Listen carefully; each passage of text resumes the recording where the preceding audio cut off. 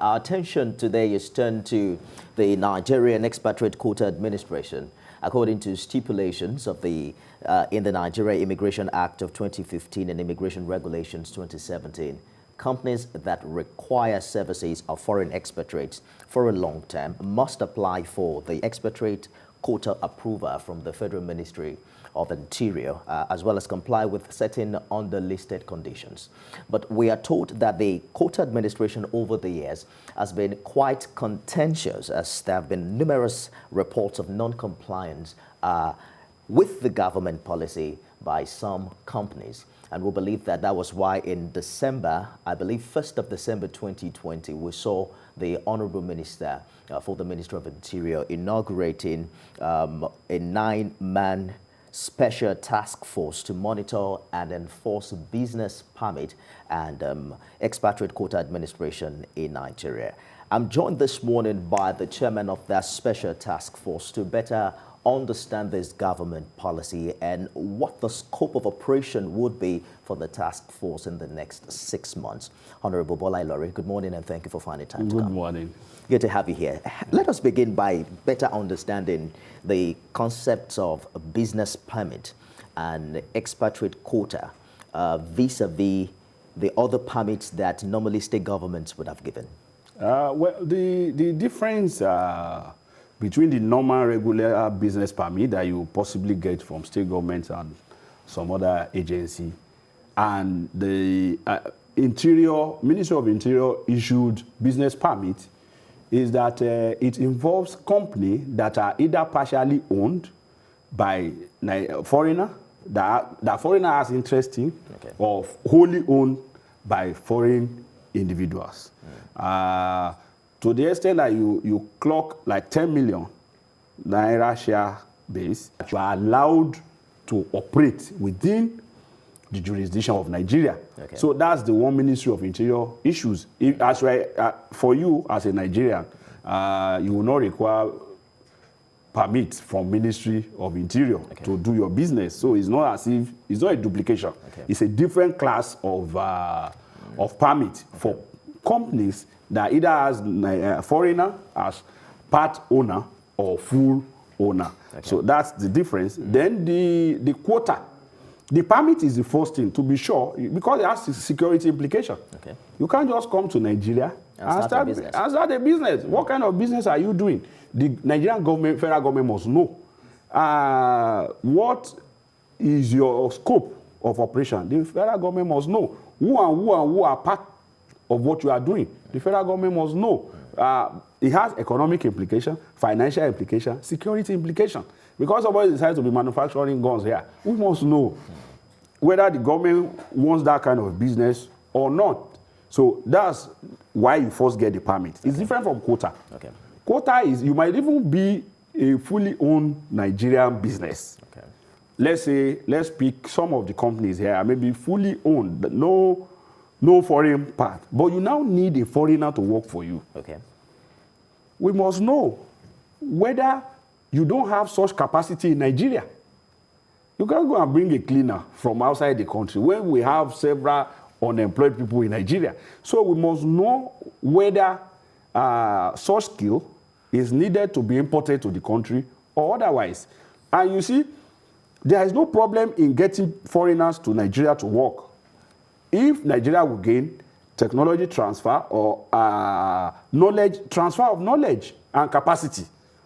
And at times also people to protect their investment. Because if I'm bringing money, you cannot say I should not bring some of my people. That's right, to be able to protect my investment. Yeah. So the government look at all those and grant you quota to be able to bring people to work in Nigeria. There are, the Ministry of Interior through the Nigeria Immigration Service just introduced different categories of visas. Okay. For people who are doing short term, may not need all this. There are visa categories for them. But when it comes to the fact that you want to really work here, you have to go through Ministry of Interior. So that's the difference. When you now get it, first, government permits you to work. Second is the person. You know, there are two different things now. The company itself is one. Then the individual working there are different kettle of fish. So that's the difference between the business permit. How many slots are accessible by Nigerian companies that desire expatriates to work with them, and for how long can they do business? Well, there is no limit to the number you can require. Let's say, okay, Dangote is building a refinery. I want to use that as an example. You can compare it with maybe a company, maybe Chivita, doing just drinks. The level of what they need will not be the same.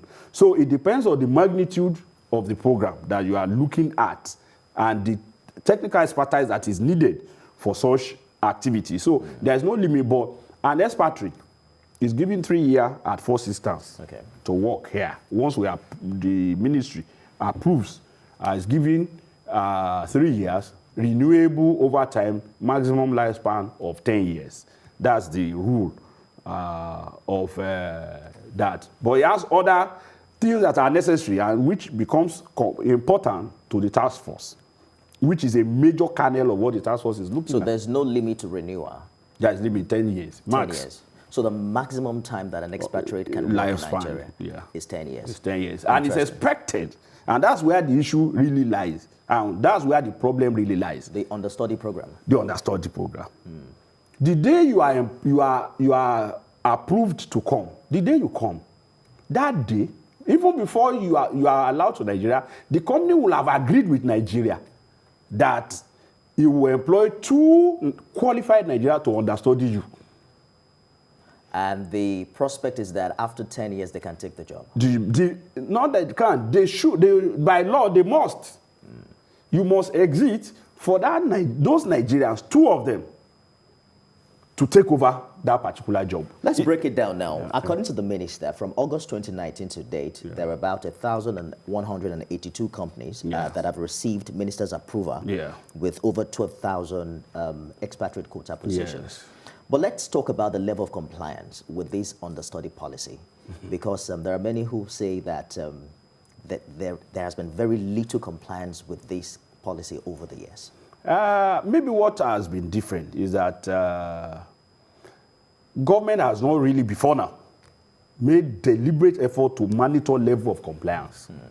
So it's difficult to ascertain whether what you have said now is true or false, because if you, I mean, the guideline has always been there. You know, Ministry of Interior is one of the oldest ministries even before independence. You always have Interior.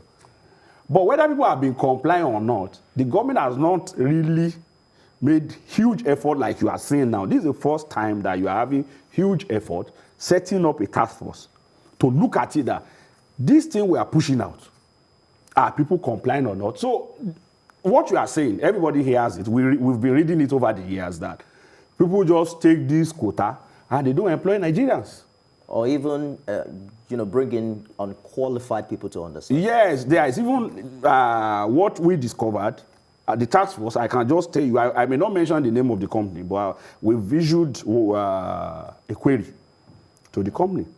This company, popular company, making fruit juice,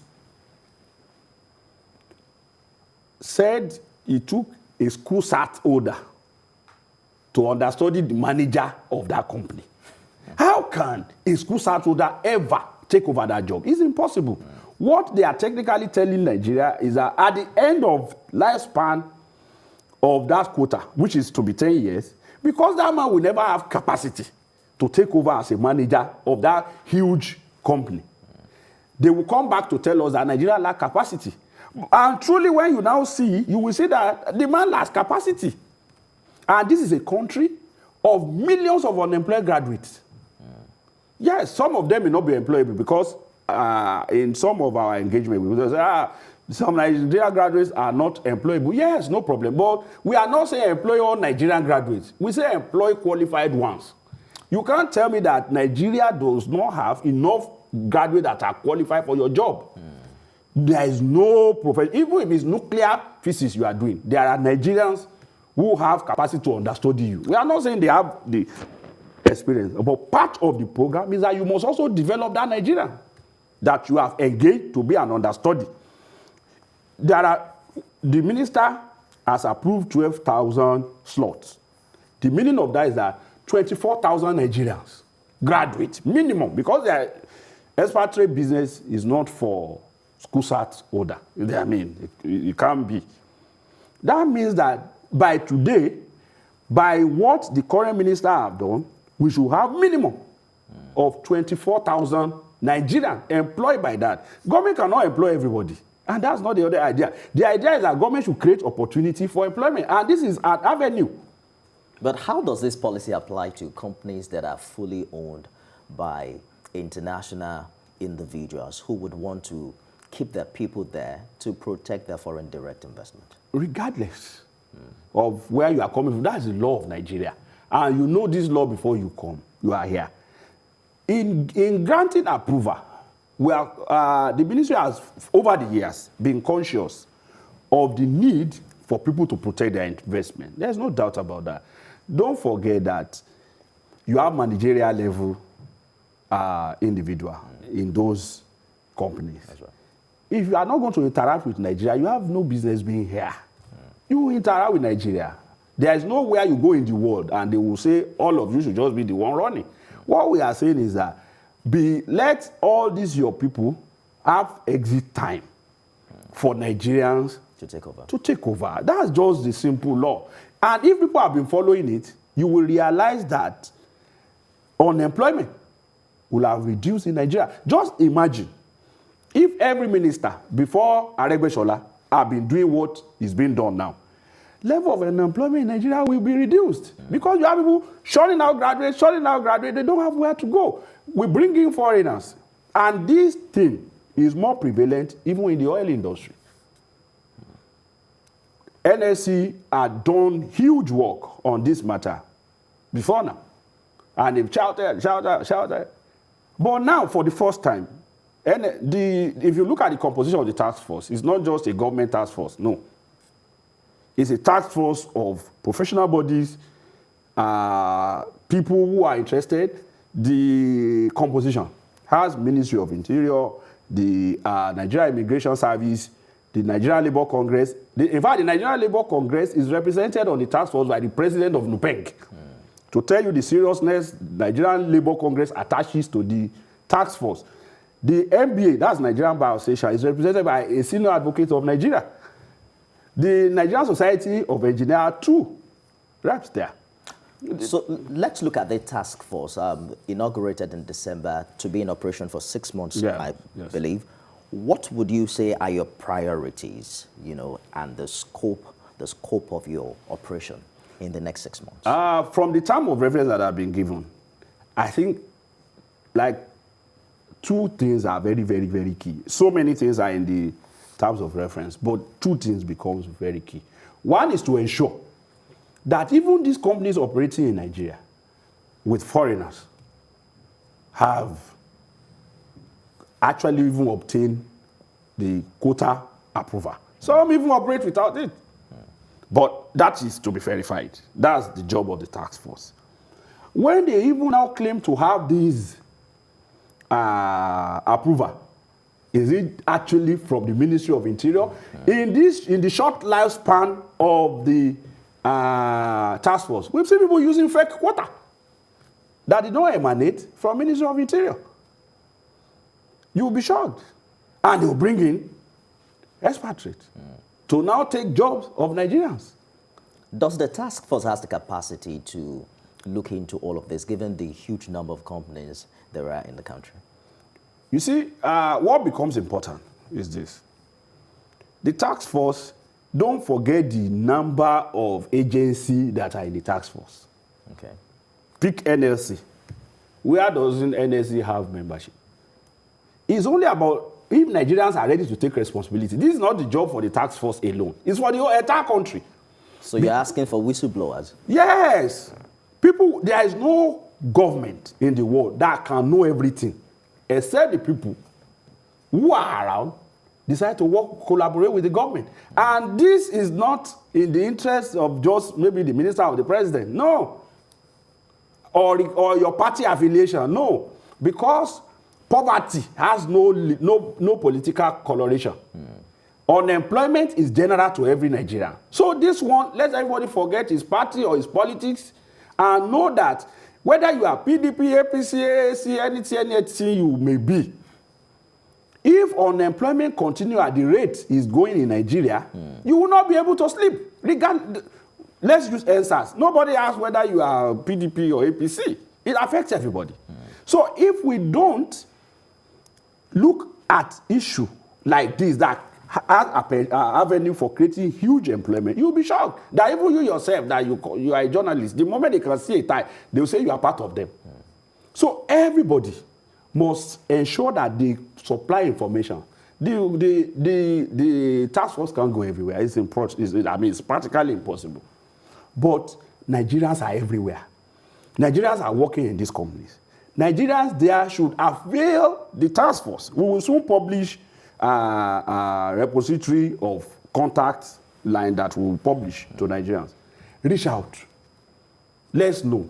Are there foreigners working in where you work and Nigerians are not there? Let's know. No matter the size of the company, let us know. If we don't inform us, there's no way we can know. We have huge bodies, not just one. The Nigerian Labour Congress is a massive organization. Nigerian Bar Association is a massive organization. Nigerian Society of Engineers is a massive organization. Association of Nigerian Professional Bodies, all their umbrella body, is also on the task force. So we have agents, we have organs that have huge reach everywhere. But it is now the duty of everybody to ensure that they alert, they become whistleblower in their own personal interest. It's not in the interest of President Buhari or Minister Aregbesola or maybe Bola as the task force chairman. No. It's in your own personal interest for you to ensure that Nigerians are employed and are adequately employed. If you bring a school cert to understudy a graduate from other country, that's underemployment. And in the last session of the task force meeting, we've come up with a new template of return, because by law you should be making monthly returns to the Ministry of Interior, to Nigeria Federal Government through Ministry of Interior. In it, you are supposed to state for us your understudy, the qualification and all of that. But we realize that is difficult to monitor. Life is getting better now and it's easier to monitor everybody. We are requesting for the NIN number of the understudies now. So if you are bringing in for all the companies, and we are saying this, when you are bringing in your next return to Ministry of Interior, let's have the TIN number of the understudy. Because the TIN number will tell us several things. Is the person properly employed? Are you paying the person? Are you paying him correctly? It will be there once we have the TIN number. And part of it too is that Nigeria must earn from the effort of that man. We are not just saying employ graduate, because once you employ, the person start paying tax to the federal government. We want to be sure that the federal government is also generating revenue. Nigeria needs money. Nigeria is not a rich country. Forget about what we read. When you compare what we have and our population, you will know that Nigeria needs every. Are there measurable goals that you have set for the task force? I like the fact that there's a time frame of 6 months. Yeah. Are there measurable goals that we can come back in 2 months and check that, perhaps indeed we are meeting our set targets in this regard? Yeah. 2 months might be short. Let's say in 3 months we might have better grab. Why? You must give people time to comply. This is not to harass companies in Nigeria, because that will be defeating the purpose. We want foreign investment. It's not for us to harass them. But you must follow our law. The law you by yourself voluntarily sign before you even start the company. That's what we are doing. So we are not going by the way of punishing people, except where they are recalcitrant. For that reason, there will be time for notification, and this is part of the notification. There will be time for response to those notifications. People are supposed to give monthly returns. Some are giving their returns in January. You can't ask them to bring again in January. So we are looking at the end of February. So before you even begin enforcement on some of this issue, it will be like a mash. Let me hold you for a moment to take Charles' call from Bayelsa. Good morning, Charles. Yeah, good morning, sir. Good morning. Go ahead with your contribution. Yeah, thanks for this program. Happy New Year to you. This is my first time calling. Good to have you, Charles. Now, this is a good move by the federal government. It is no doubt the expatriates we are talking about and the companies we are talking about are also the federal government. Now, you set up a committee, a task force that will going to look into this matter. At the same time, what will be the report back to the federal government?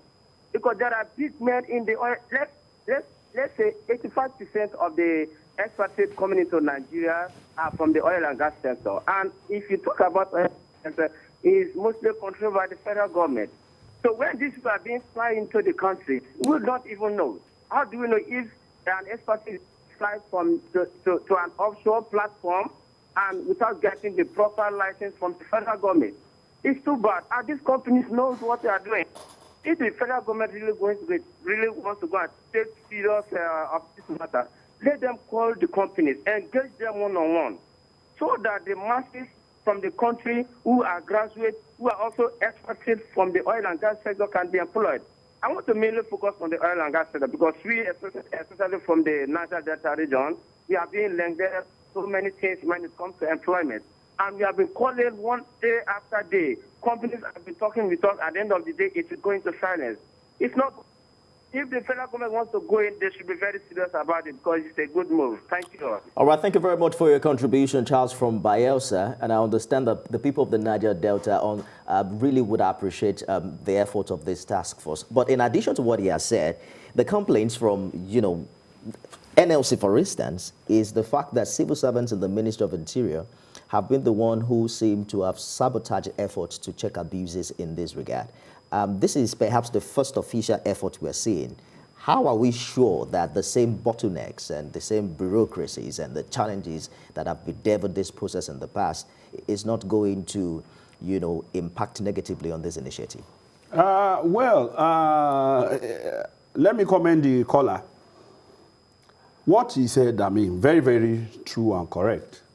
But one thing which I've said before is that the people themselves are the biggest whistleblower. Even if somebody is flown in to an oil rig, there will be a Nigerian there. You won't expect the task force to have power to go to all the oil rigs in Nigeria. But Nigerians that are there should love their country. I can assure you that be it the president or anybody, or the minister, will not be happy that Nigerians are being shortchanged. But you can only act on what you know. People can circumvent anything. But if Nigerians love their country, those who are working, there is no how. They will need a cleaner in the oil rig. If they won't bring cleaner, they would have cleaner. If the cleaner is alert to his or her sense of patriotism, it will alert Nigerians. Then we know what to do. So the caller too should, in their various community, and sensitize their people on the need to alert the government on where issues are. We'll talk about how they can reach the special task force on this whistleblowing that you talked about. But just a minute, let's take Maja Kodumi's call from Songo in Ogun State. Good morning, Maja Kodumi. Good morning. Good morning. Go ahead, please. Hello. Go ahead with your contribution. We can hear you. Let me show you that, please. Hello? All right, so you might have to try again, and when you do, please turn off your TV set completely so that we can hear you very clearly. My question really, in addition to what you have said, is that we've seen previous efforts in this regard. So NLC, Society of Engineers, and so on. Yes. We must commend the effort of the NLC before now on this particular issue of violation of expatriate quota. The difference now that I see is that this is the first time the government will be coming up with a task force to look into this matter. It has never happened in the history of Nigeria. We've had civil servants in the past that might have been the one frustrating the effort. It's possible. And yes, NSC has always been hard on that fact that the Ministry of Interior has not been cooperative in ensuring that abuses are prevented in administration of expatriate quota. But I want to say that what is different now is that it's not just NSC acting on its own. It's not just Nigerian Society of Engineers acting on its own. It's that people who, or NBA acting on its own. It's that people who had been acting on their own before are now coming together. The NSC and NSC, more so Nupeng. Why Nupeng is the issue of the Niger Delta and the oil sector. The abuse is huge there. I think that might have informed why the NSC president decided to say, okay, our leading leg on this matter will be Nupeng. And they did not bring a low-level Nupeng. It was the head of Nupeng, the national president of Nupeng himself. So it's a direct access. Is that what the Ministry of Interior has done now through the Minister of Interior is to empower Nupeng, MBA, Nigerian Society of Engineers to directly take their own destiny to their own hands, not just limiting it to civil service. And let me now say of the civil service of the Ministry of Interior. We now have new set of leadership of the Ministry of Interior. We have a new PAMSEC, new directors, so far, we want to believe that their spirit. You're optimistic that this will work? Yes, that this will work because the PS, the directors have shown that they are ready to make Nigeria great. And honestly, so far, I still have no reason to doubt. Let's take a call from Abia State. Mazi Okorafo from Arochukwu. Good morning. Good morning, Mr. Nitome. Good morning, Mr. Bola Ilori. Thank you, sir. Honestly speaking, look, in Nigeria, we should know that you cannot transfer technology. There's no way you can transfer technology. That's technology. So whosoever that you are going to meet, you have to do what? How to see that technology. Now, our major problem we have in Nigeria today, we don't have database. Database is creating a lot of problems. Now, you ask yourself, all these oil companies we have in Nigeria, go and investigate. You see that 80% of their human resources managers or directors, they are all the foreigners. They will just bring a Nigeria just for bringing sake. The Nigeria is not even doing that job as a human resource manager. It is those foreigners that are doing that. Do your statistics and do your investigation and find out whether what I'm telling you is true or not. So, proper monitoring for the implementation of this, we have to use the whistleblowers in that community. But we have discovered just recently, that was last year, that Nigerians from that community, they will go behind and meet the management of such companies. They will settle them, so some people from the community, and they will just come and tell the community that yes, we are in the process. Whether they have collected from the back now, that is why you see all this unemployment in all these areas, especially where we have oil companies. So what I'm telling the minister, if he's listening, please, Mr. Anderson, just say that proper implementation of what they are doing, they have what we call whistleblowers in that company and will go. That is the solution. If we don't have whistleblowers, what we just good in making our policy as usual, but we are not as realistic. But it's better, the earlier we do all these things by using the whistleblowers in that place. Absolutely. I believe you made your point, Mazi. Thank you very much. And we talked about that earlier. Very quickly, because we have to go now, let's talk about how they can reach the special task force for people who are listening and who would want to blow a whistle at this time. I want to say that in the new year, we are creating platform of that. We will announce that within the next few weeks. So in the light of this, we want to make it yes, easy and anonymous. You understand? So because some people who work there will not want their name. Absolutely. So we will come out fully with those massively publicized that. We have to let you go now. What do you say to affected stakeholders like joint ventures, foreign-owned organizations, even indigenous organizations you mentioned earlier who employ the services of expatriate? What do they have to do differently now, to align and comply with this government directive? For people who are operating their businesses in Nigeria, they should know that their business thrives when Nigeria thrives. And once Nigeria is thriving, their business will thrive. And part of Nigeria thriving is curtailing unemployment in Nigeria so that even there is security for their businesses. Because the moment you have prevalent of unemployment, poverty increases. Their business too will not even boom. So they should help Nigeria to grow so that they too can continue to grow. So we appeal that kindly employ Nigeria to understudy what you are doing and pay them, develop their capacity too.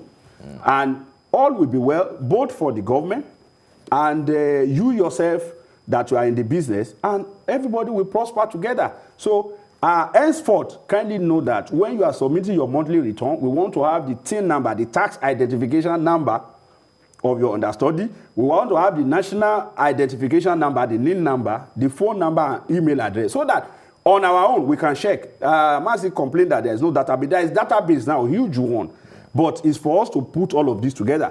If I have your TIN number, FRS will tell me the detail of what you earn, how you earn them, and everything. With your NIN number, I know where you are and where you live and everything. It's a good place to leave it. Yeah. A big thank you, Chairman, Special Ministerial Task Force to Monitor and Enforce Business Permit and Expatriate Quota Administration, Honourable Bola Ilori. Thank you so much for talking to us this morning. Thank you. My next guest is Elsie Ilori. I don't know if you guys are related. And she's the head of Department Surveillance and Epidemiology Department with the Nigeria Center for Disease Control. We'll take a break and we'll be back. Stay with us. And thanks for staying with us. Let's talk about the second wave of COVID-19. The spike in numbers is getting people talking, and also the big question of what happens next if these numbers keep growing as we've seen them in the past 7 days.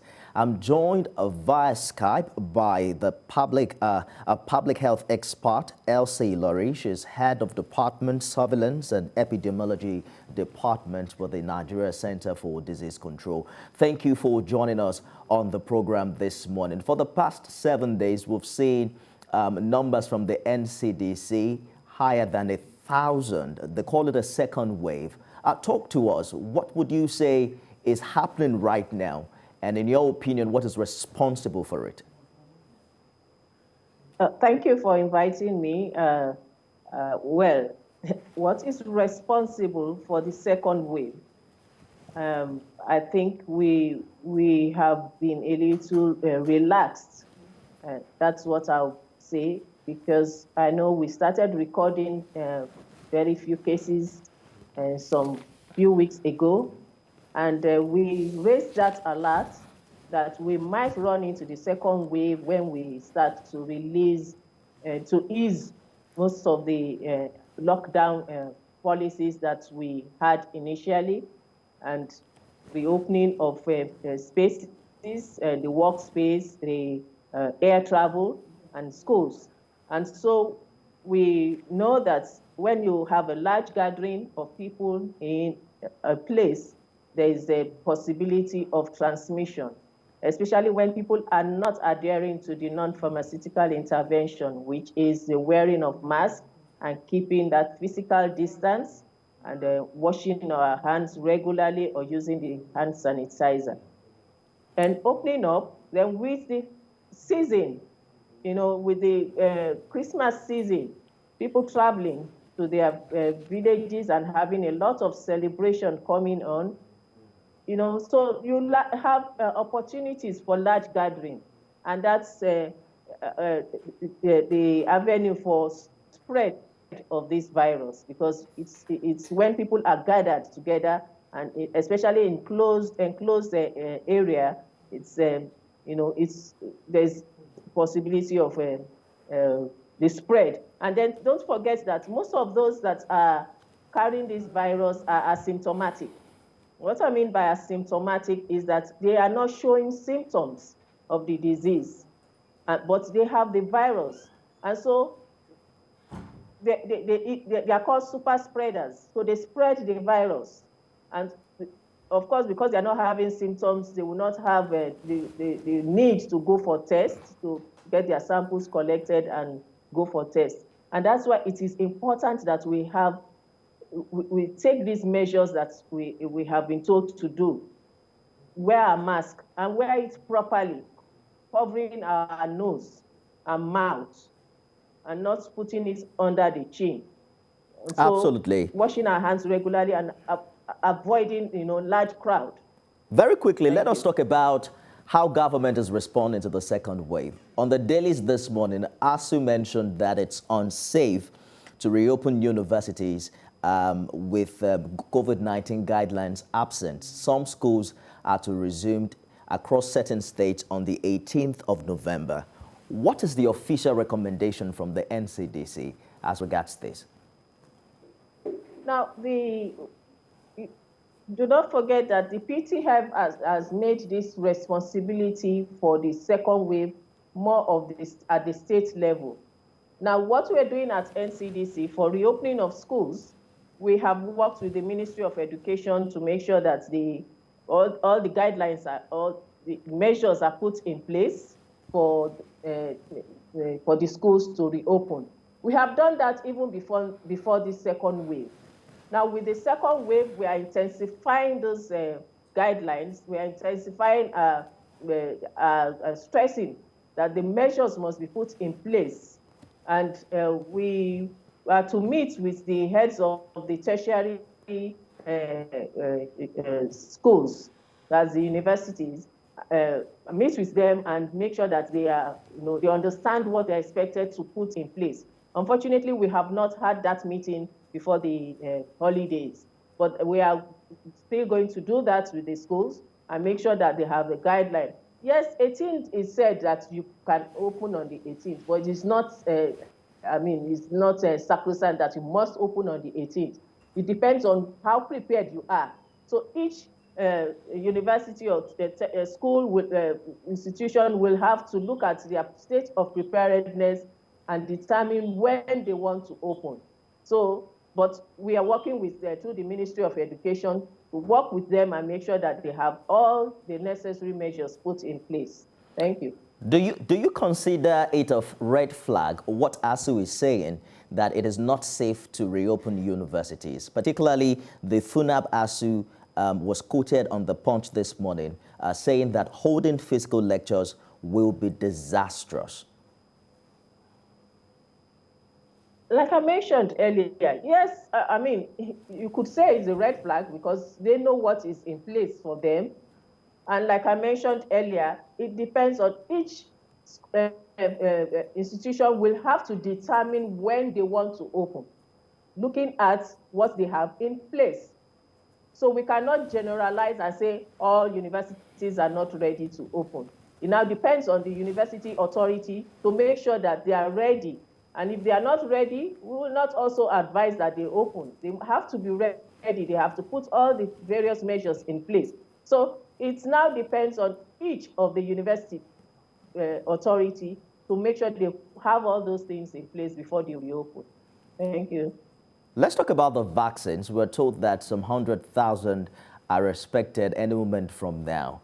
But what is the standard procedure to scientifically certify that these drugs are good for use back here at home? Now, the leading organization for vaccine is the National Primary Healthcare Development Agency. That's one of our sister agencies which we're supporting. And we have the regulatory agency, that's the NAFDAC, that regulates and validates all drugs, vaccines, medicines, and so other consumables that we bring into the country. So NAFDAC is responsible for that, and we will not use anything, be it vaccine or medicines, in this country without the regulatory agency validating it. And so that's the standard for us. So anything that comes in will go through the NAFDAC for validation. Let's talk about the NCDC's experience in the past with virus like polio and the rest, and how Nigerians reacted to the vaccines. Are you optimistic that even when we get the jabs, people will take them? And what is being done on the governmental level to boost Nigerians' confidence in this medical initiative?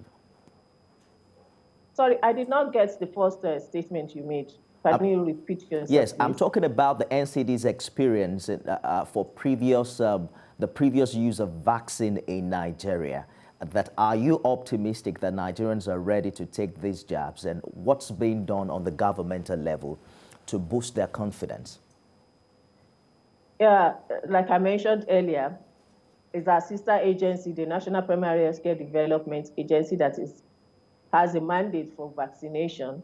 And so they are the ones that do everything that pertains to vaccination. Now, I would just say that, yes, we had issues earlier in terms of maybe for the polio vaccine where we had issues, but that we have overcome that. And so I do not see any reason why we would not take this particular vaccine. And I know the agency is working hard trying to, educate the populace on what, the vaccine is all about, why they should take it. But for now, we have a strategy in terms of those that will take the vaccine, but they will be in a proper position to talk more on this. Let's get back to the numbers very quickly. The last figure we got from the NCDC is 1,024 new cases, bringing the total confirmed cases to over 100,000. And we now have 1,358 people who have died of COVID-19 complications. What more do we know about those new strains, especially the ones here, or perhaps the ones that we experience currently in what we call the second wave? Now, well, for the new strain, let me mention that the COVID is a virus. And the natural nature of a virus is that it changes its structure. It's natural, it's normal for a virus to change its structure. So having a new strain is not a new thing for virus, well, for COVID now. So far, we have not seen any increase, any related increase to the new strain and the number of cases that we're seeing. We know that we have so many issues in terms of non-adherence to the non-pharmaceutical interventions, and then opening of spaces. And so we were expecting this second wave, because we knew that, when we open up and people, the possibility of people gathering together will increase transmission. And so, and then people not also adhering to the non-pharmaceutical intervention. So all this, will definitely lead to a second wave, as we call it. And, when people gather, at the initial stage when we had that first wave, people were more careful at the initial stage. There was fear, and then there was that, I need to do something. But as time went on, people started relaxing, and you now have more people gathering more than they did at this first wave. So the possibility of having more people infected will actually occur as in the second wave. So that's how we can explain the second wave. And so, wave or no wave, I think we should, the most important is for us to adhere to those non-pharmaceutical interventions. Let us wear a mask. I think the simple thing, wear your mask to prevent yourself getting infected, because you do not even know the other person's status. And I do not even know my status, because maybe I have not gone for tests. I might have been careless. I might have touched some surfaces where the virus was, and then in the process, I touch my nose, my face, my mouth, and I get the virus into my system. So I might not know if I don't go for a test. And that's why we want people to go for tests. Get your sample collected and be tested and know your status. But that does not mean once you do know your status, that's your status is as when the sample is collected. After your sample is collected and you get careless, you might still get the virus. And so if you even have a negative result, and in a few days, and in the process within those few days when you got your sample collected and when you got your results, you might also have, being careless and get the virus in you. So it's this is a very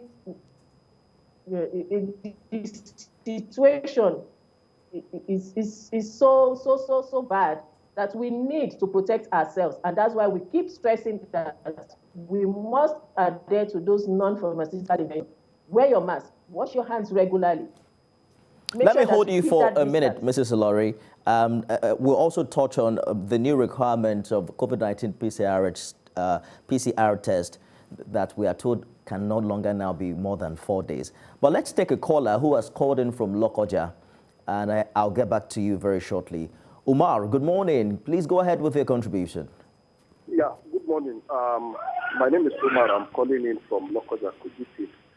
My contribution goes to had series of information across the social media space and even the conventional media where people the vaccine at the test stage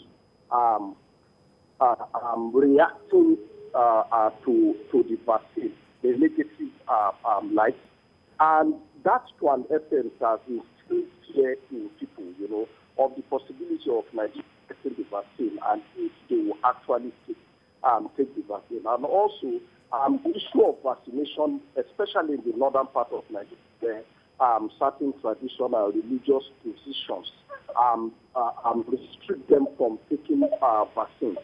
We have not, personally, I have not really seen a whole lot of sensitization, especially from the government angle, and even the NCDC, to the potency of the vaccine, and also to tell that particular information study as a result of people taking the vaccine and reacting to it.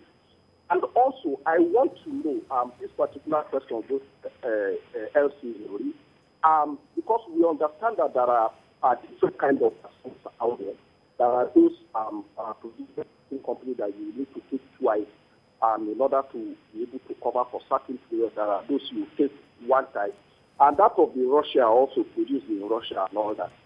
Which one in particular is Nigeria looking at better?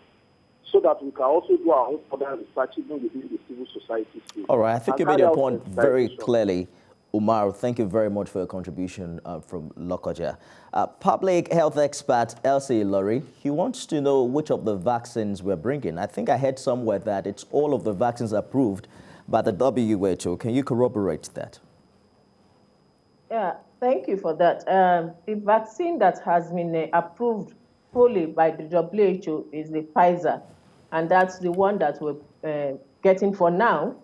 That's the one that we're working with. I know we have others that are on the pipeline. The government is working very hard to make sure that they're able to get, vaccine apart from the ones that we are getting from the committee.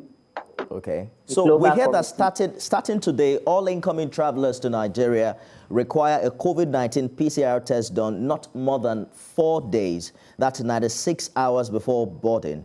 And that test validity starts from the time of sample collection. How exactly are you dealing with the issues of fake test certificates that we have heard about recently? Yes, thank you. For that, what we have done is to have, you must have a certificate to travel. Apart from the negative test result that you will present, you must also have the certificate to travel. And that you can only get that when you go onto the platform and make your payments and get your code. And so if you are presenting a fake certificate, then you will not be able to get that code and the certificate to travel. So that's one of the measures that we have put in place for those inbound and outbound travelers. All right, let's take another caller very quickly. George has called in from Ikeja, Lagos. Good morning, George. Good morning, Nifemi. Nifemi, your guest admitted that there was a relaxation. I wanted to ask her, why did the NCDC relax, knowing the gravity of this, of the impact of this disease. There is no need to have relaxed. And now that there's a new surge, why don't they consider improving the enforcement? If you enter public transport, because for example, it's voluntary for you to wear a face mask. It was compulsory at a point. And the relaxation that the NCDC did, I think they should wake up on it. And then I want to ask her whether the drug, the vaccine that is coming, is going to be administered free. Thank you. All right, thank you for your contribution. It is human nature to relax. We saw almost every economy in the world very, very burdened and pressured by the lockdowns. But I'm sure you want to react to that very quickly.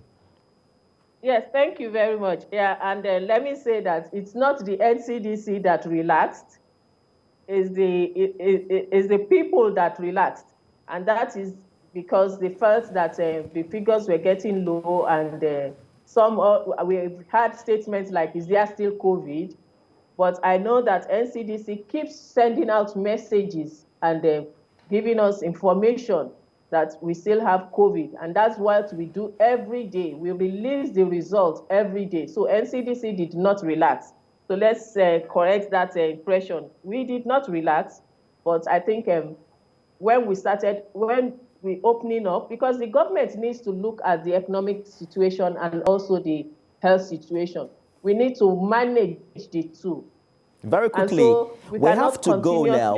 I just want you to quickly comment on whether or not Nigerians will have to pay for the vaccines. For the vaccine. Is that an information that you have now? Like I mentioned earlier, because I wouldn't want to say much about the vaccine, sister agency is the one in charge of the vaccine. For now, they do not have to pay. For those that will get the vaccine at the government facilities, they will not have to pay. But I know that some private hospitals might, get the vaccine, and people will want to go into the private facilities and get the shots there. But for the government facilities, there is no payment for anybody for vaccination. Head of Department Surveillance and Epidemiology Department, NCDC, public health expert Ilori, thank you for talking to us this morning. Thank you for inviting us. Really appreciate it. Thank you. Good morning, everyone. Thanks for being a part of the program. I'll be back tomorrow, God willing, with another exciting one. My name is Nifemi Oguntoye. See you again.